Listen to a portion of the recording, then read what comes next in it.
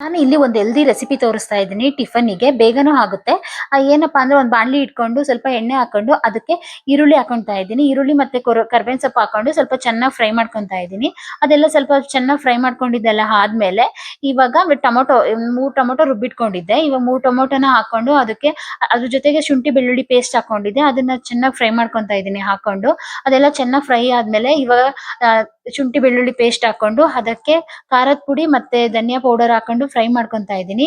ಇವಾಗ lid close ಮಾಡಿ ಸ್ವಲ್ಪ ಹಸಿ ವಾಸನೆ ಹೋಗೋವರೆಗೂ ಅದನ್ನ ಚೆನ್ನಾಗಿ ಬೇಯಿಸ್ಕೊಂಡ್ರೆ ಹಸಿ ವಾಸನೆ ಎಲ್ಲ ಹೋಗಿರುತ್ತೆ. ನಾನಿಲ್ಲಿ ದಾಲ್ ಕಿಚಡಿ ಮಾಡ್ತಾ ಇರೋದ್ರಿಂದ ದಾಲು ಮತ್ತೆ ರೈಸು ಎಲ್ಲ ಮುಂಚೆನೆ ಬೇಯಿಸಿ ಇಟ್ಕೊಂಡಿದ್ದೆ.